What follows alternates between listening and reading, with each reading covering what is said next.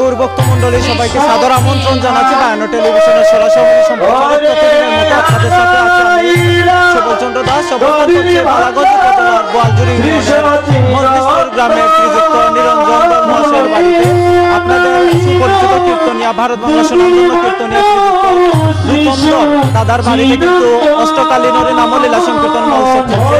আর আজকের এই অষ্টকালীন হরিনাম লীলা সংকীর্তন মহোৎসবে বান্ধব বঞ্চন পরিবেশন করছেন অনেক প্রবীণ কীর্তনিয়া শ্রীযুক্ত রতীশ দাস দাদার আজকের এই দধি বান্ধব বঞ্চনটি শ্রবণ করার জন্য অবশ্যই আপনারা আমাদের সাথে যুক্ত থাকবেন।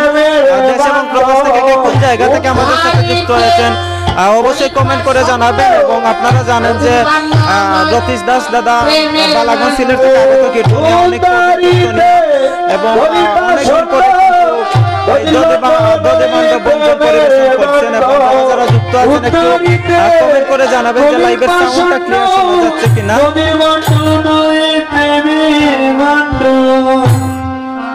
এই যে পূর্ণাহুতিতে একটা বাণ্ড ভঞ্জন করা হয়, সেটার একটা আলোচনা।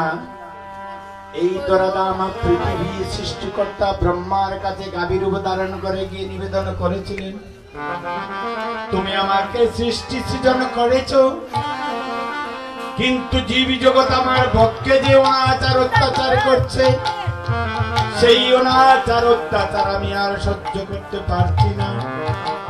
তাই তোমার কাছে আমার নিবেদন, আমায় উদ্ধার করে না, উদ্ধার করে না, উদ্ধার করে না, আমায় উদ্ধার করে না, আপের ভার সইতে নারী উদ্ধার করে না, তুমি পকের বড়ি সইতে নারী উদ্ধার করে না, আপের ভার সইতে নারী উদ্ধার করে না। সেদিন সৃষ্টিকর্তা ব্রহ্মা আশ্বস্ত করে বলেছিলেন, কলিতে কোন বৈষ্ণব সন্তান, কোন ভাগ্যবান ভক্ত হরিনাম যজ্ঞ কীর্তন দান করবে, আর সেখানে তুমি যে দরাদাম পৃথিবী, তোমার মাটি হবে বাণ্ড, আর গাভীর রূপ ধারণ করে এসেছ বলে তোমার দুগ্ধ দিয়ে হবে দধি, হরিদ্রা মিশ্রিত দধি পূর্ণ বাণ্ড।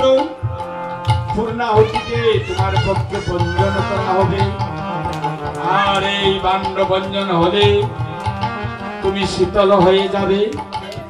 ভক্ত বৈষ্ণবগণ যখন তুলায় পড়ে গড়াগড়ি দিবে, তাদের পরস্পরে উদ্ধার হইবে, উদ্ধার হইবে, উদ্ধার হইবে, উদ্ধার হইবে।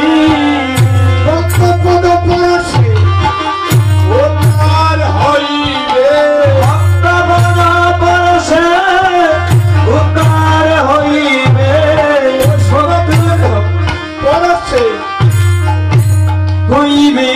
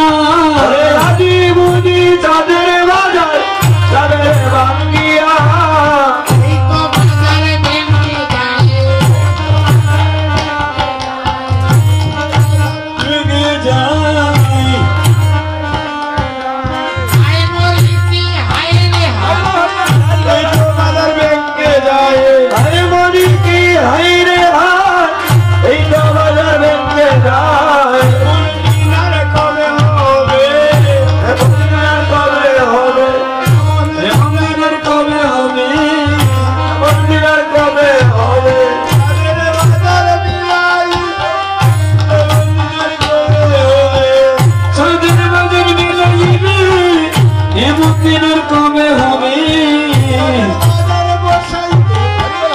এমন দিনের কবে হবে বসাইলে এমন দিনের কবে হবে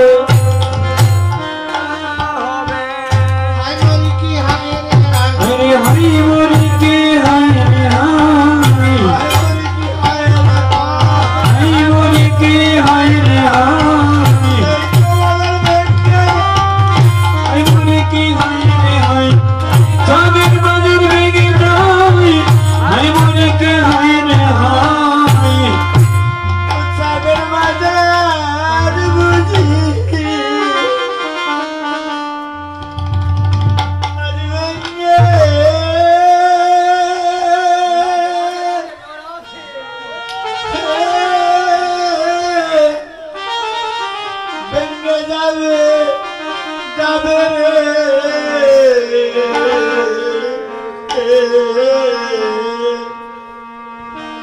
বাইরে গীতা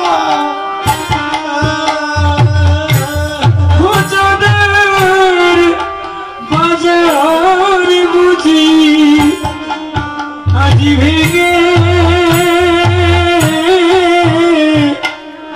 হবে গে যাবে রে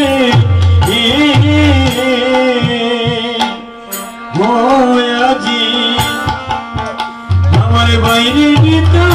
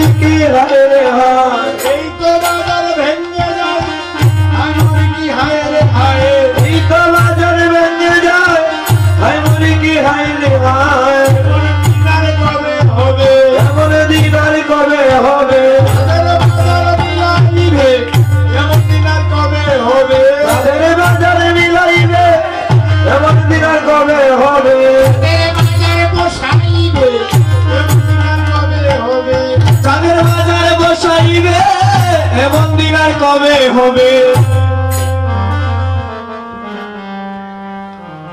অনেক অনেক দিনের সেই পুণ্য ফলে অনেক অনেক জন্মের সুকৃতির ফলে প্রয়াত পিতৃপুরুষের আশীর্বাদে এই হরিনাম যজ্ঞের দান কেউ দিবার ভাগ্য হয় আর এই যজ্ঞ দানের ফলে যে কৃপা পাওয়া যায় শাস্ত্রে উল্লেখ রয়েছে যে জন যজ্ঞ দান করেন কুলং পবিত্র যে কুল থেকে যজ্ঞ দান করেন কুলং পবিত্র জননী কৃতার্থা বসুন্ধরা সাধন্যা কেমন ভাগ্যের কথা যে মাতৃ জঠরে এই ভাগ্যবান বাস করেছিলেন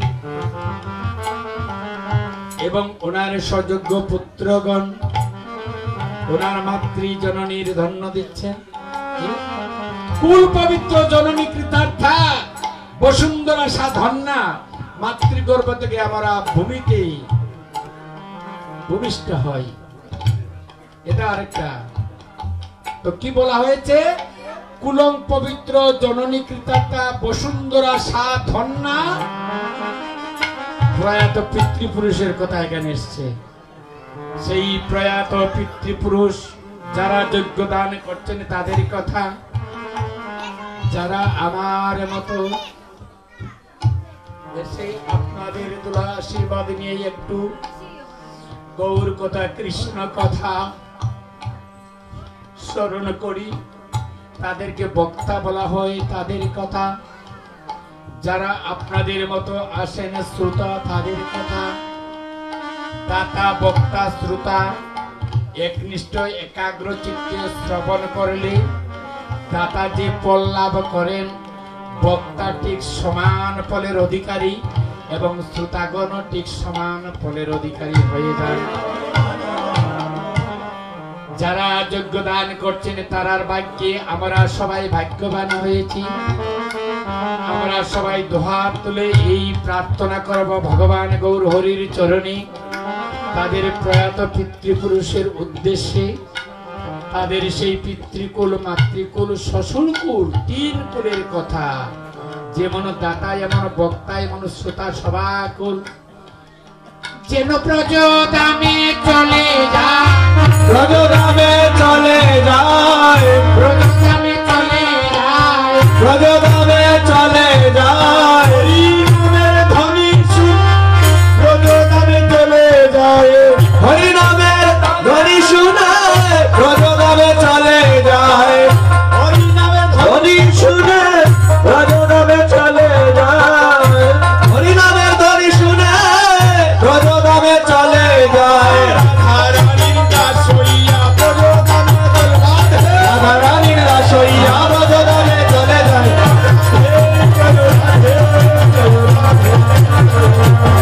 জয় রাধে জয় রাধে জয় রাধে জয় রাধে।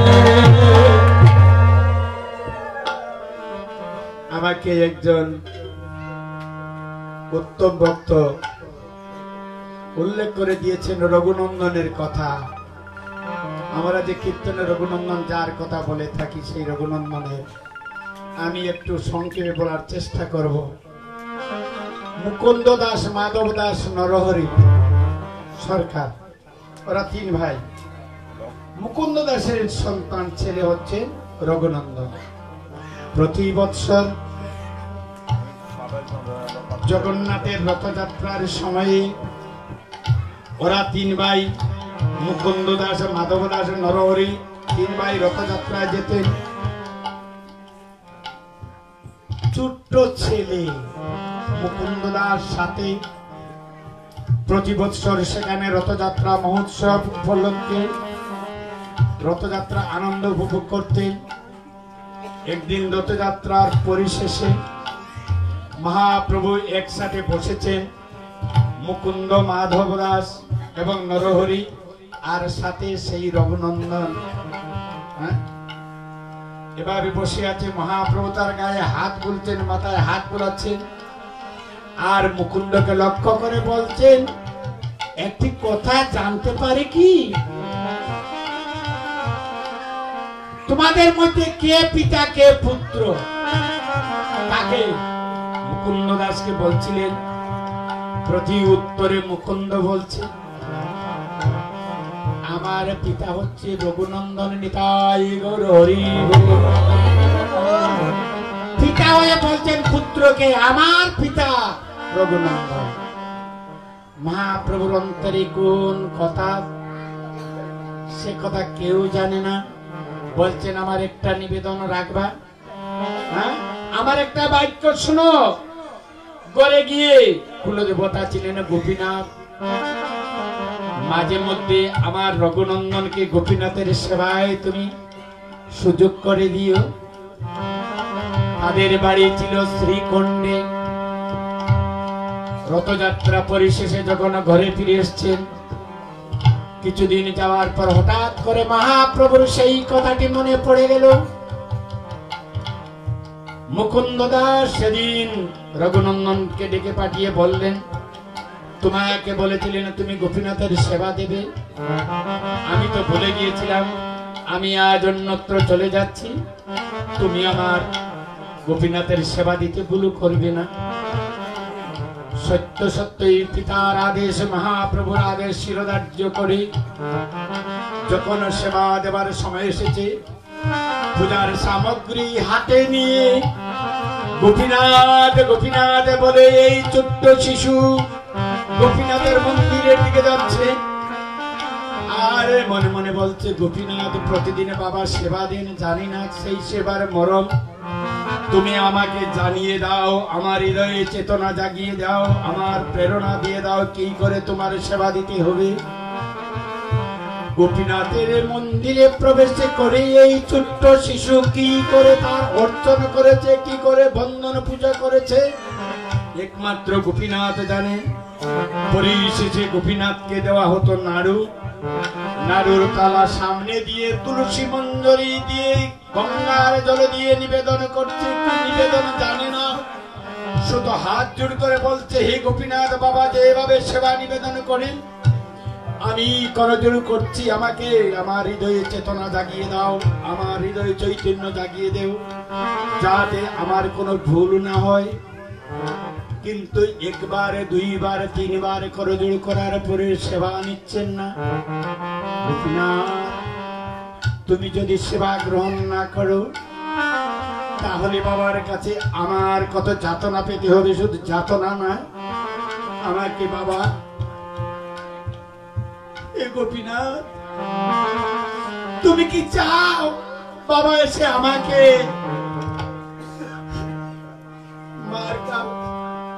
আমাকে মারবে? না, খেয়ে নাও, বলছি খেয়ে নাও। নয়ন জলে বুক ভেসে যাচ্ছে। এমন সময় ভক্তির নয়ন জল ভগবান কখনো সহ্য করতে পারেন না।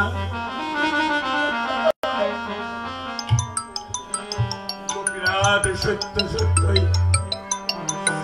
সত্য সত্যই প্রকট হয়ে একটা একটা করে সব ঘটনার গ্রহণ করলেন।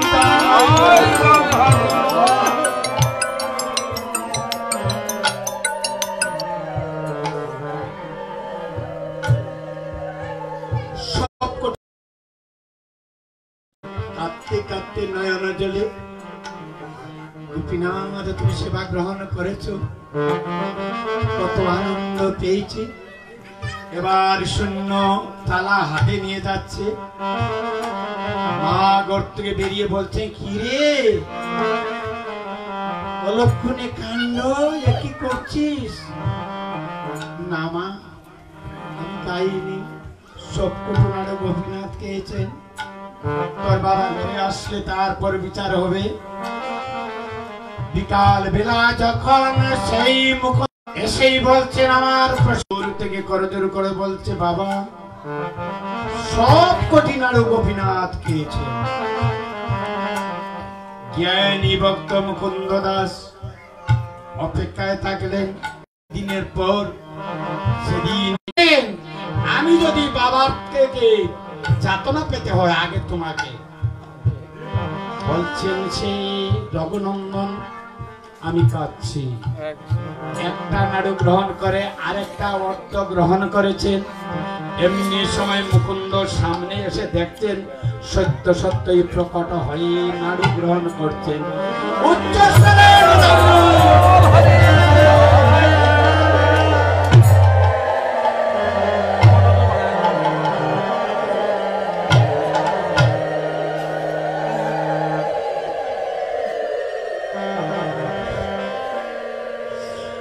মুকুন্দের কোনো ভাষা নেই,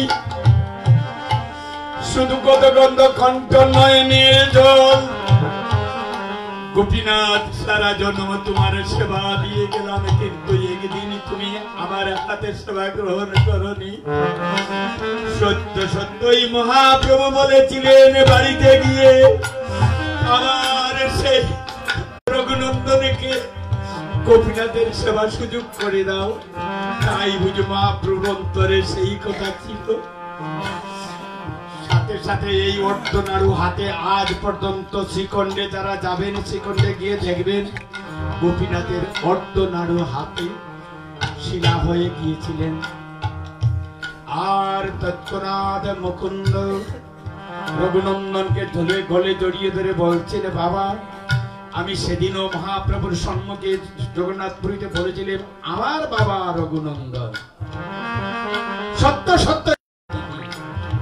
সেই রঘুনন্দনকে দিয়ে মহাযজ্ঞ শিবার সঙ্গনে পাণ্ড ভঞ্জনের কাজ করিয়েছিলেন। তাই হরি আর অনুদ্রমী হরির ধ্বনি।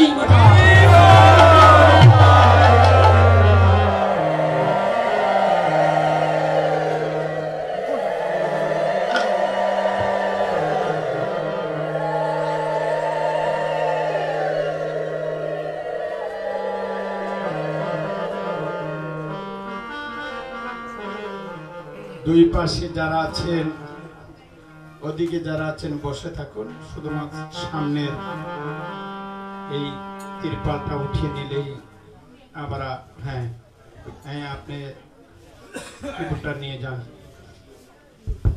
আর সবাই বসে থাকুন, বসে থাকুন।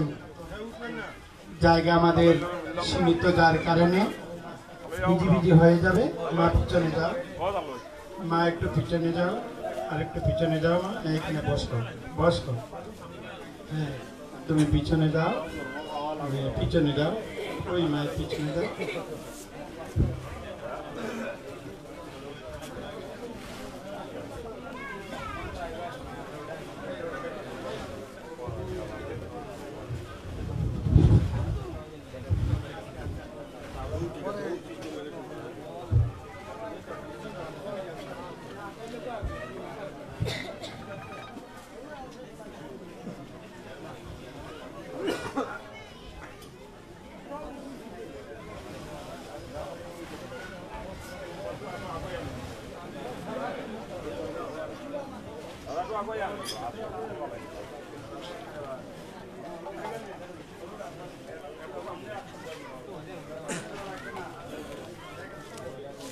এখানে বৃন্দা দেবীকে নিয়ে আসেন, বৃন্দা দেবীকে নিয়ে আসেন।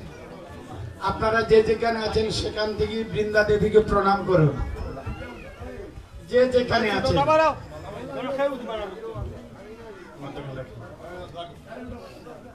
আপনারা দাঁড়াতে পারেন, শুধু আপনারা দাঁড়াতে পারেন। এখানে থেকে বিষ্ণু বৃন্দা দেবীকে প্রণাম করুন, বৃন্দা দেবীকে প্রণাম করুন। করজুড়ে যে যেখানে আছেন সেই পরিবেশ থেকেই করজুড়ে ওম বৃন্দাবৈ তুলসী দেবৈ প্রিয়াবৈ কেশবস্য চ কৃষ্ণ ভক্তি পদে দেবী সত্যবতৈ নমঃ নমঃ। ওম বৃন্দাবৈ তুলসী দেবৈ প্রিয়া বৈ কেশবস্য চ কৃষ্ণ ভক্তি পদে দেবী সত্যবতৈ নমো নমঃ। ওম বৃন্দাবৈ তুলসী দেব্যৈ প্রিয়া বৈ কেশবস্য চ কৃষ্ণ ভক্তি পদে দেবী সত্যবতৈ নমো নমঃ। জয় জয় কৃষ্ণ ভক্তি প্রদায়িনী তুলসী মহারানী কি, ভক্তি দেবী কি, ভক্তি জননী কি, নিতাই গৌর সুতানাথ প্রমানন্দে হরি বল।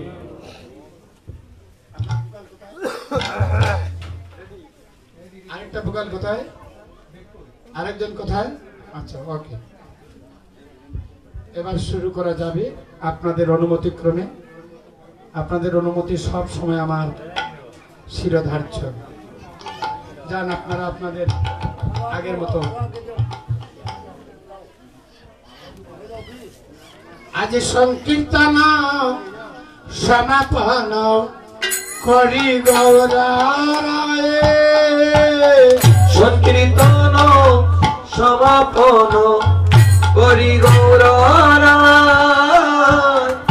সংকীর্তন সমাপন করি গৌরায়।